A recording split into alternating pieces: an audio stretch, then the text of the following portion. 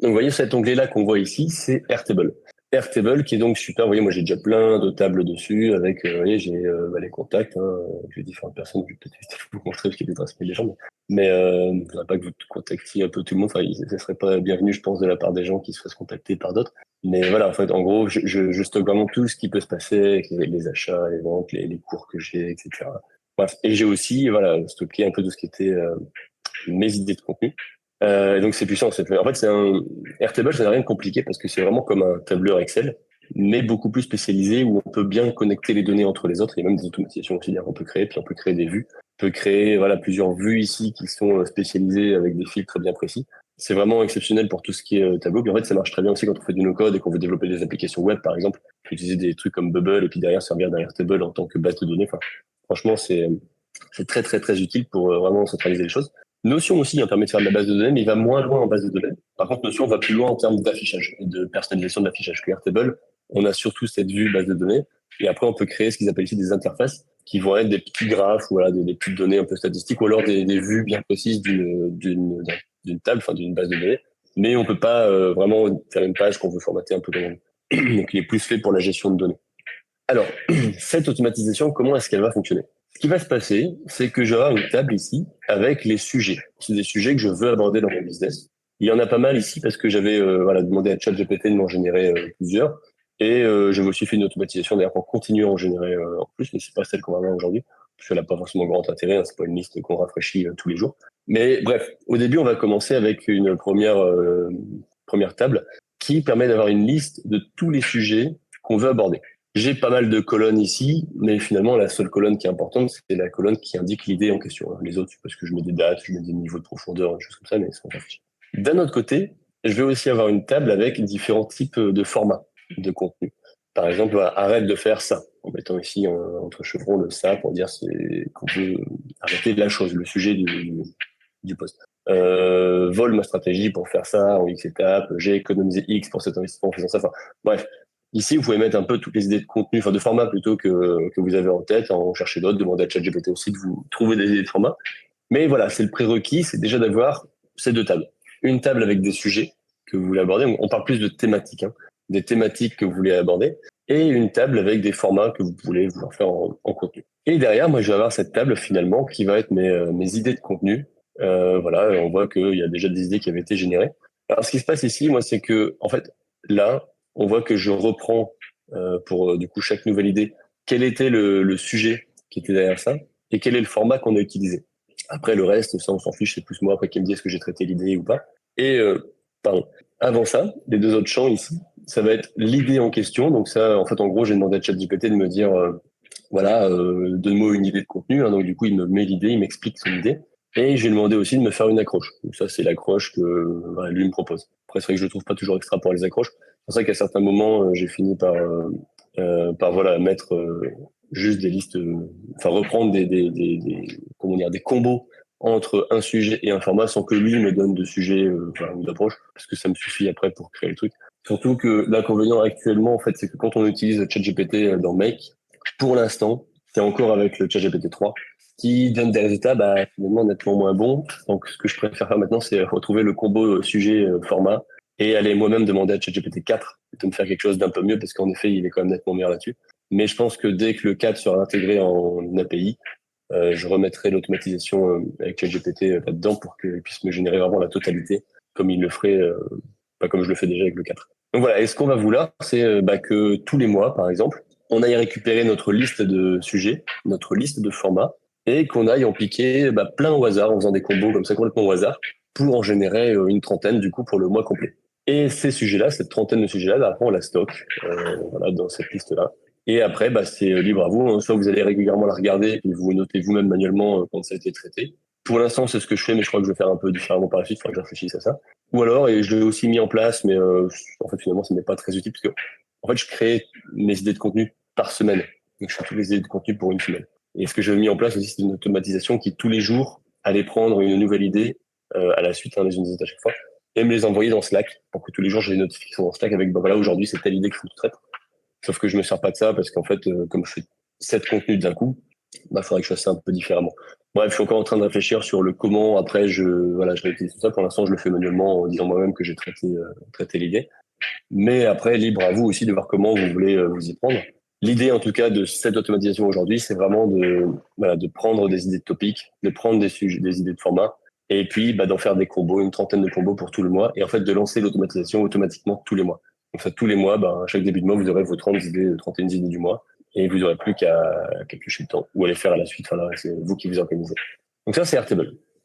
C'est lui qui sert de source d'information et qui va être aussi le résultat derrière de là où ça va se trouver. Et ensuite, on va utiliser Make pour gérer cette automatisation. Donc, vous voyez, donc Make, voilà, j'ai mes différents scénarios. J'ai pas mal de scénarios d'automatisation, hein, comme on peut le voir. Sur la création de contenu, voilà, j'en ai aussi plusieurs. Et en l'occurrence, ici, on est sur la génération d'idées de contenu. Voilà, donc c'est plutôt bien foutu. On voit ici le graphe un peu de toute notre automatisation. On voit un peu l'utilisation qu'il en a. Donc, comme ça s'exécute une fois par mois, on voit bien que là, j'ai un pic au moment où ça s'est exécuté. Et puis derrière, on voit un peu l'historique. Donc, il y a eu certains moments où ça avait foiré. Alors, c'est parce que il savait plus s'authentifier à Airtable, mais ça, c'est ce genre de truc qui peut arriver. Voilà. En gros, le token d'authentification Airtable était peut-être invalide. Donc, ça a foiré sur ce passage-là, mais en fait, en le relançant, ça a fonctionné. Et voilà, si je clique dessus, je tombe sur mon automatisation, sur le détail de l'automatisation. Et on voit que c'est assez bien foutu. En plus, c'est très graphique. Vous voyez, je peux déplacer les choses, tout ça. On peut, voilà, peux rajouter des éléments si je fais un clic droit en plein milieu, un routeur, un module. Le routeur, c'est ça, ce qui permet d'avoir plusieurs chemins qui normalement s'exécutent les uns au-dessus des autres, à moins de rajouter ce qu'on fait comme ici des conditions qui disent voilà, tu exécutes ce chemin que si cette condition-là est respectée. Bref, on fait des tonnes de choses. Puis après ici, le petit auto-align qui, hop, rend le truc un peu plus sympa à lire. On a donc un démarrage. Le démarrage, ça peut être vraiment une action instantanée. C'est-à-dire que pouf, dès qu'un nouveau contenu est ajouté, ça peut être un trigger, donc un déclencheur qui fait que l'automatisation va se lancer. Et quand on prend le premier plan payant, je crois que le trigger, c'est toutes les minutes. Donc, on peut avoir une automatisation qui s'exécute souvent. Pour celle-ci, moi, ce que j'ai fait, c'est que plutôt que ce soit un trigger, j'ai mis ici, donc c'est un schedule, du coup, donc c'est programmé.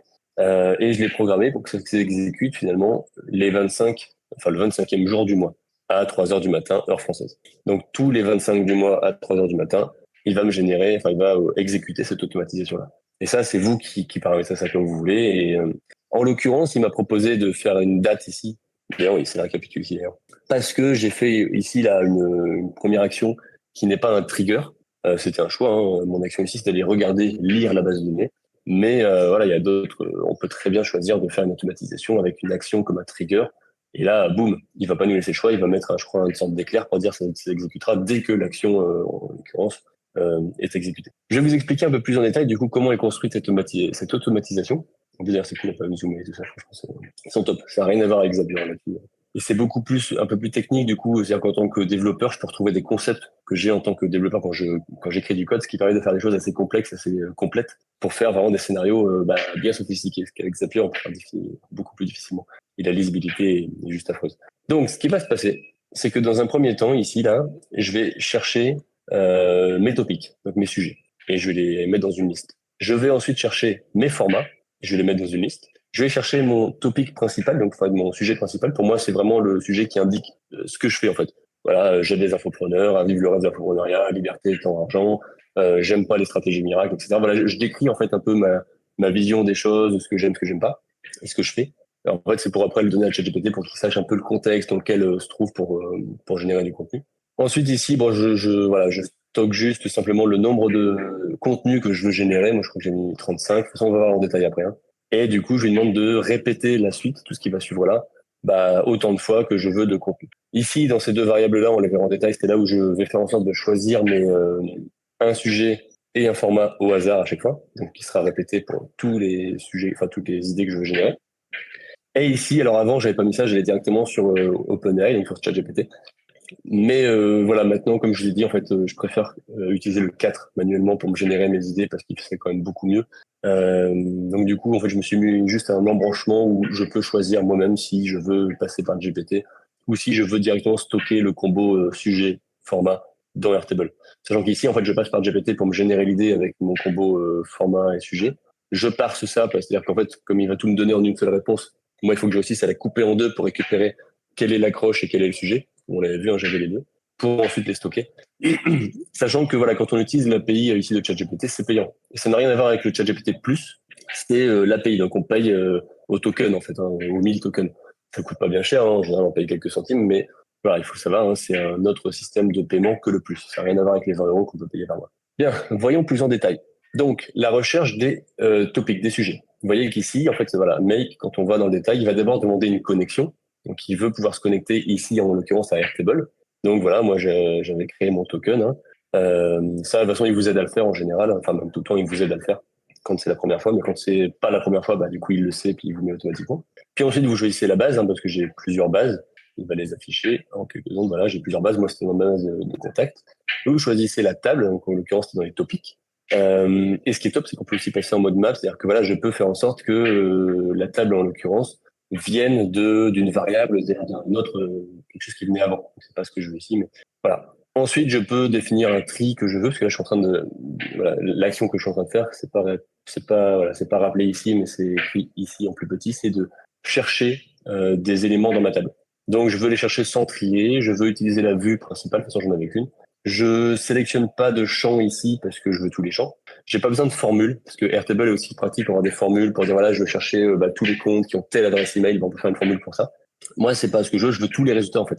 Sauf que j'en limite à 500 pour pas non plus avoir trop traité de choses. J'estime que 500 sujets, j'en aurais pas forcément plus. Et donc là, l'idée, c'est vraiment de récupérer la liste de mes 500 premiers sujets. Et, euh, et ensuite, bon, normalement, on fait OK. Là, en fait, quand on fait ça, normalement, il va nous potentiellement nous récupérer 500 sujets.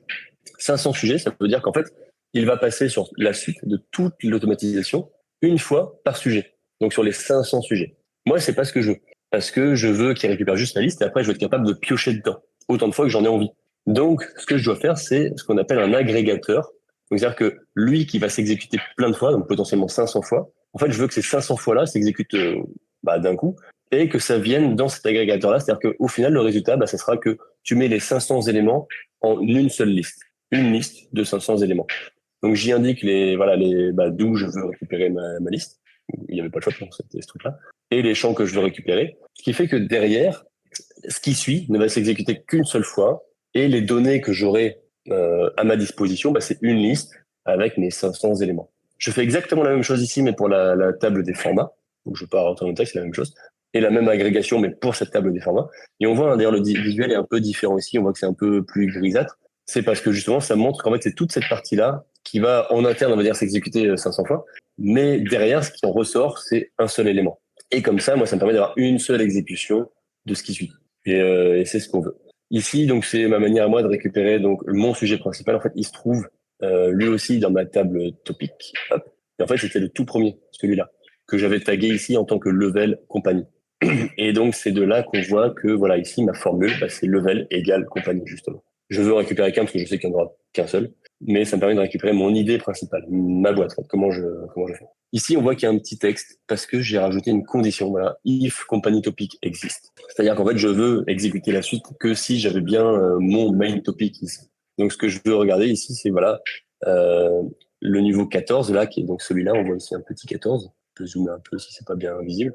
Ce petit 14-là, on regarde le total number of bundles. Donc, les bundles, c'est le nombre de résultats qu'il a retourné.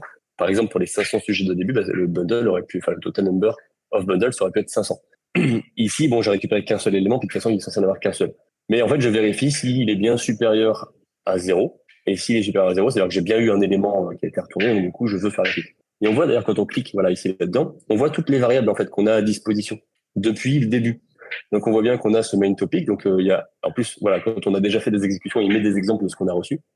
Mais on voit bien que du coup, j'avais qu'un seul résultat à ce moment-là quand je l'avais exécuté la dernière fois. Et on voit ici, vous voyez qu'on n'a pas accès à la liste de nos sujets, de nos formats, parce que c'est l'agrégateur en fait qui a pris le dessus ici. Donc on a juste accès aux agrégateurs, qui sont donc des tableaux, des arrays. Et voilà, et pour chaque élément, on sait qu'on a un ID, une date, un format, etc. Parce que c'est ce qu'on a récupéré finalement de notre liste. Et d'ailleurs, ce qui est puissant avec Airtable, donc là, avec Make, pardon, c'est qu'ici, donc quand on clique, on a accès aux variables de toutes les données qu'on a déjà récupérées avant. Mais on a aussi accès à plein de petites fonctions, à des éléments de comparaison, à des mots-clés qui permettent de faire des trucs true ou false, donc vrai ou faux, donc c'est du 1, 0 en gros. On a des fonctions plus mathématiques, on a des fonctions plus sur du texte, on a des fonctions sur des dates, on a des fonctions sur des listes, et on a même encore des variables un peu plus spéciales, plus techniques pour Make. Et on peut utiliser tout ça pour faire un peu ce qu'on veut. Donc ce qui se passe quand je sais que j'ai mon sujet, que j'ai récupéré, j'ai mon sujet principal et j'ai récupéré tous les sujets avant et tous les formats, ce qui se passe, c'est que moi, je veux enregistrer une variable. En fait, la variable, elle est, voilà, c'est juste que je stocke une valeur que je pourrais récupérer un peu quand je veux. Et cette variable, enfin, attendez, je vais vous expliquer un peu plus en détail. En fait, de base, le fait même d'avoir créé ça fait que après, j'y ai accès dans tout ce qui suit. Mais le vrai intérêt en général des variables, c'est juste que je l'ai pas utilisé comme ça ici. Je voulais juste écrire ma donnée quelque part pour pouvoir y accéder facilement après et ne pas vous voyez, comment dire, l'utiliser un peu n'importe où. Et après, si je devais la modifier, c'est qu'il faut que je recherche les endroits où je l'utilise pour la modifier. Non, je veux l'avoir à un seul endroit. Comme ça, si je veux la remodifier, je la modifie qu'à un seul endroit et elle est toujours accessible à tout ce qui va suivre. Mais le vrai intérêt des variables, normalement, c'est quand on a des routeurs. C'est-à-dire que quand qu'on emprunte ce chemin-là, admettons, et qu'ensuite on veut emprunter ce chemin-là parce qu'on n'a pas mis de condition et les deux chemins sont empruntables, et ben tout ce qui se passe ici n'est pas accessible ici.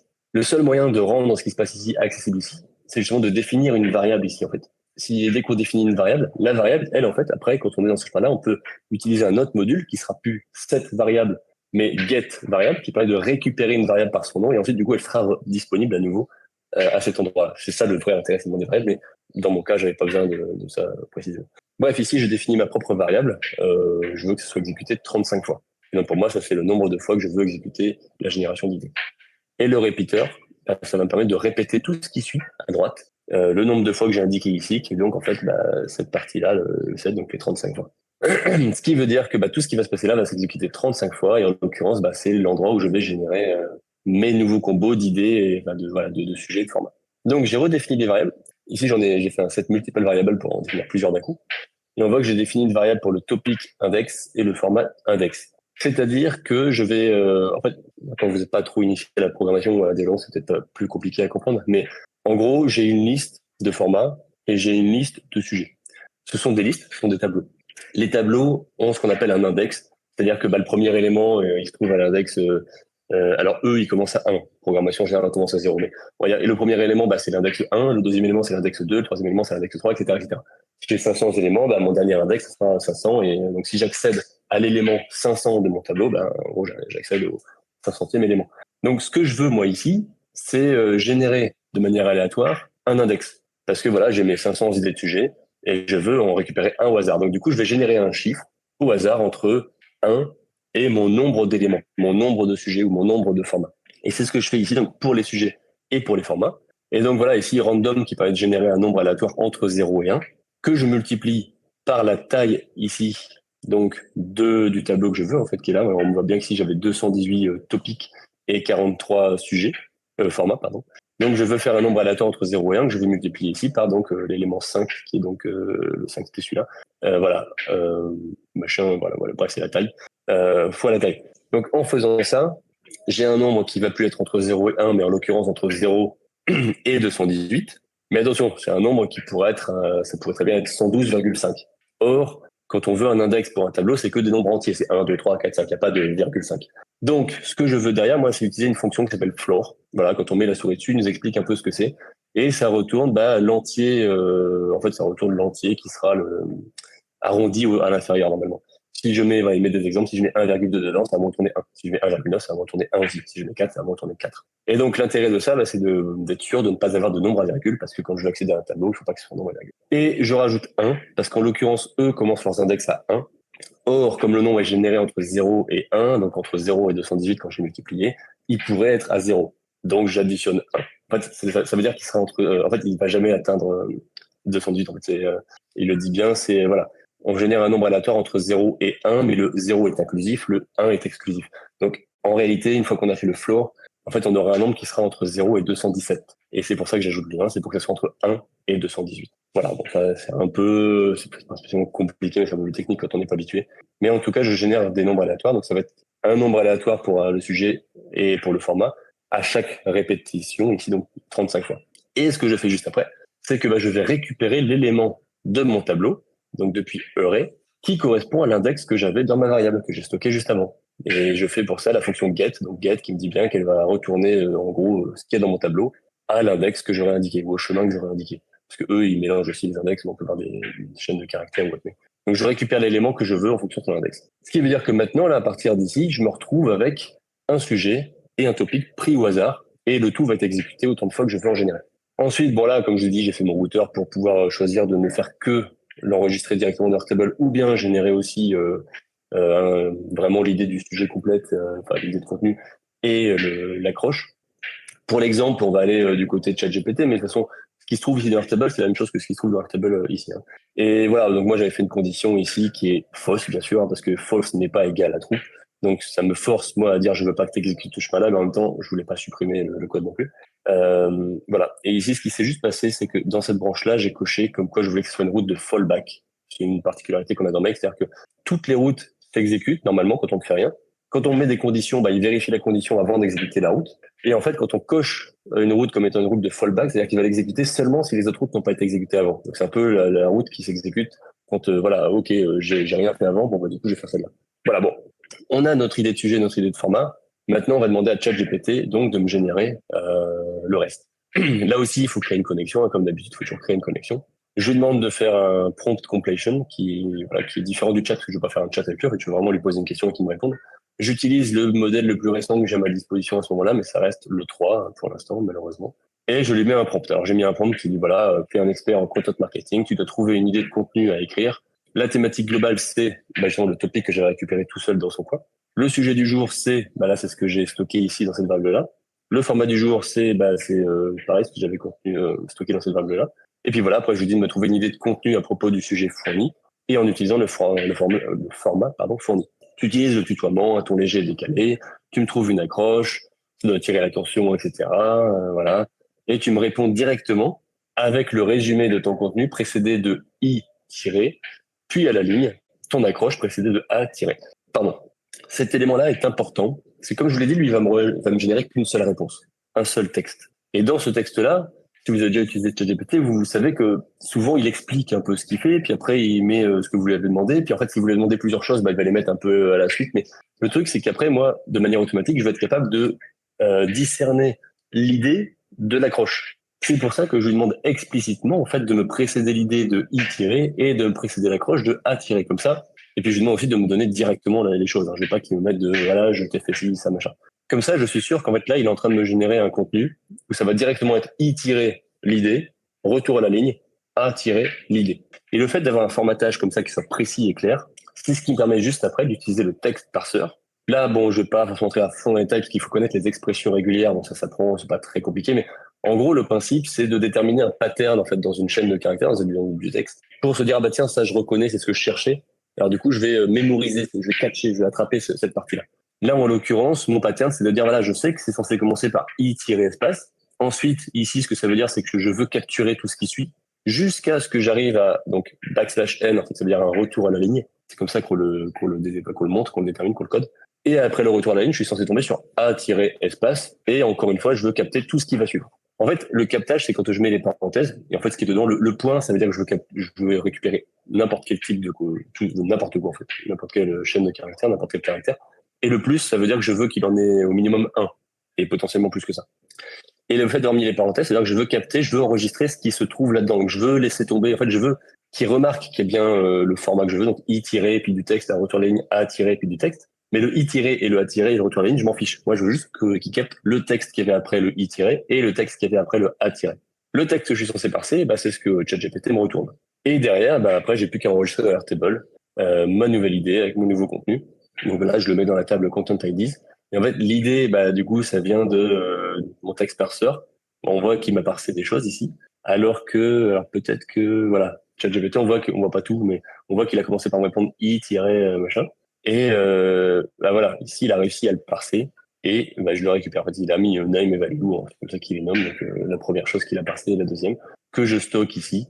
Et puis bah, derrière, je réécris aussi le topic que j'avais sélectionné en amont, le format que j'avais sélectionné en amont. Et puis bon voilà.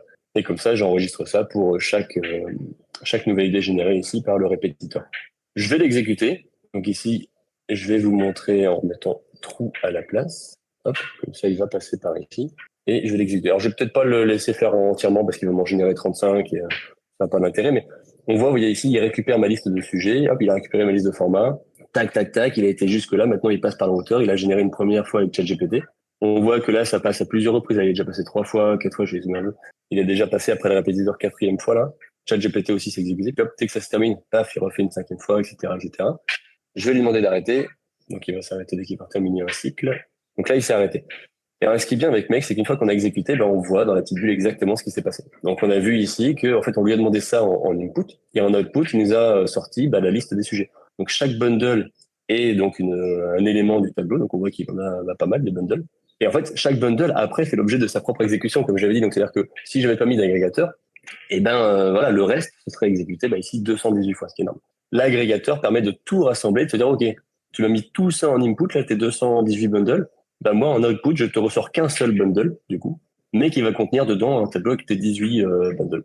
Et c'est exactement la même chose pour le format. Le main topic, c'est pareil, c'est-à-dire que j'ai récupéré mon main topic ici. Comme il y avait qu'un seul bundle et que je sais qu'il n'y en a qu'un seul, parce que j'en voulais récupérer qu'un seul, j'ai pas eu besoin ici de remettre un agrégateur, hein, c'est-à-dire que le reste ne s'exécute du coup qu'une seule fois. Puis voilà, ici on voit que j'ai stocké ma variable. Hein, on voit ici qu'il y a eu le répétiteur. Donc hop, lui il a fait plusieurs bundles à chaque fois avec le nouvel index du répétiteur. On voit ici que j'ai généré des nombres à la fin. Donc, là on voit qu'il y a plusieurs opérations parce que je l'ai laissé s'exécuter 6 fois. Donc il s'est exécuté 6 fois. Donc il y a 6 fois où il y a eu un input et un output. Et on voit qu'à chaque fois, voilà, il générait des nombres différents sur le topic index et le format index. C'est la même chose aussi, du coup, pour ici, hein, le choix du topic et le choix du format. À chaque fois, il en génère des différents.